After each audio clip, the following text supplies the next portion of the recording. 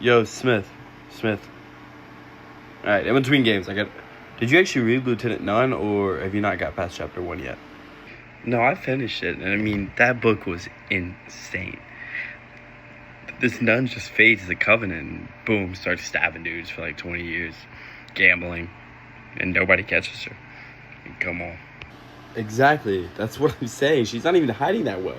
She's fighting guys in the street. She's walking into bars, gambling, killing people over card games. She's basically the most violent guy. But no one questions it because while she's the most she's the most violent guy in any room, she's just a guy. But that's the part that's wild to me. It's not like she's being forced into a fight every single time.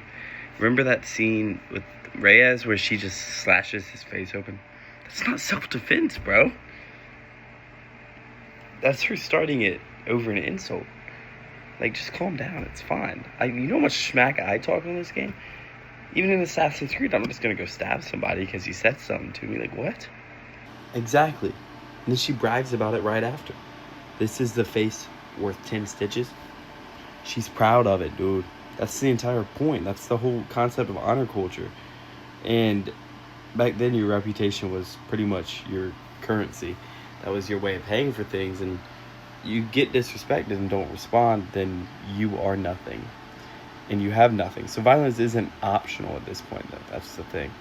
Especially for a guy in this world. It's a necessity, and she picked that up instantly. But yeah, but what I really can't get past is that colonial aspect. Where that dude, that little, 12-year-old boy shot an arrow.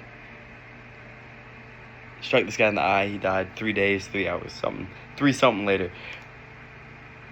And then they tortured this captive and narrated like she's talking about, I don't know, the game of pickleball. Like, it doesn't matter. Like, she's playing unranked duos. Like, we carved the boy into 10,000 pieces. Come on. Are we serious? No reaction? Nothing?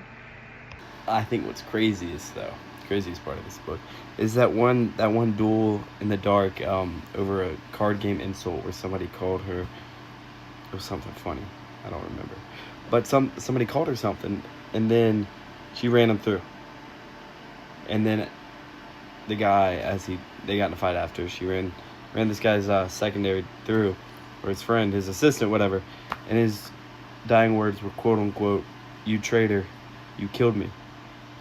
And then right there, that's when she recognizes that voice that said that. The person who said, "You traitor, you killed me," that was her brother. Like, what? She killed her brother, Captain Miguel de Rosa. That's crazy. Brutal. It's one of the wildest things probably in the book. Oh, I forgot about that. She just didn't know. Like, that's insane.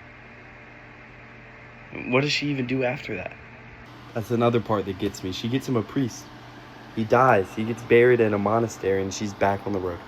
Within a page. Like that. Boom. Like, are we serious? There's no breakdown. There's no diving into it. No chapter where she tries to process it. But it's the most dramatic thing, at least in my perspective, that happened in the entire book, entire memoir. And she just glosses right over it. Barely mentions it in her narration. That's rough. I can't imagine doing that to Emma. But back to the massacre scene. 10,000 pieces. I mean, that's way more disturbing than the brother thing. Same, and I think the part that I actually think is the most important is that everyone wants to read this as some awesome girl adventure story, girl boss, some may say. But that scene right there shows you that it's not that. Rather, she's just fighting this colonial war against indigenous people, and the violence is brutal. She doesn't flinch trying to report it. And if we are being real here, then that's the ugliest part of the memoir. And it barely gets talked about compared to the fact that she's a woman. Yes, she's awesome. Arguably cooler than Mulan or Sacagawea, but this brutality is, I don't know, dude. Yeah, the gender thing is what everyone focuses on. I mean, it's kind of the hook. It's the big grab, but you're right, she never really sits there and acts like it's some big internal moment or external thing, but a woman pretending to be a man or vice versa. She just does it. She cuts her hair, changes her clothes, and boom, moves on. Just like that. Well, that makes sense for the law side of this, because, like, think about it.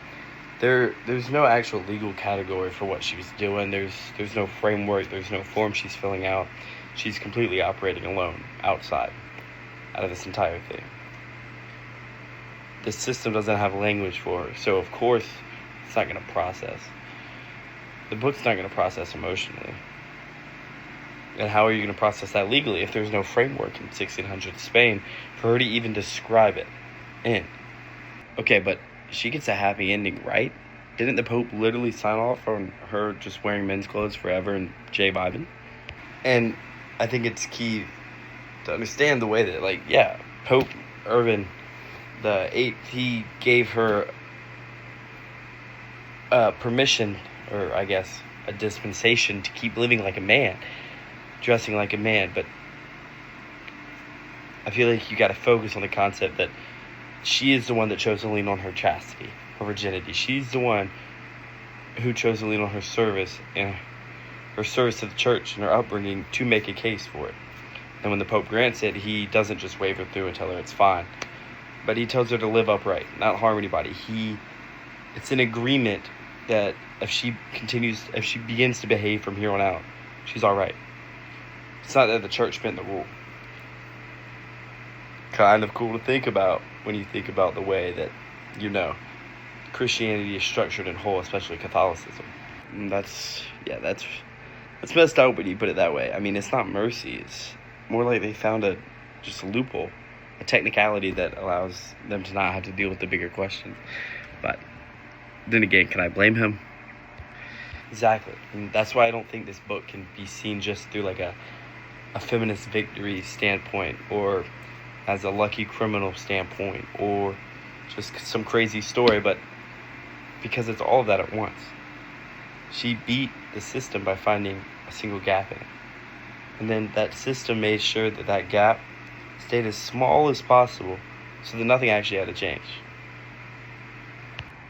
Alright. It's not too late. What's one more game? You ready? Yeah, what's one more?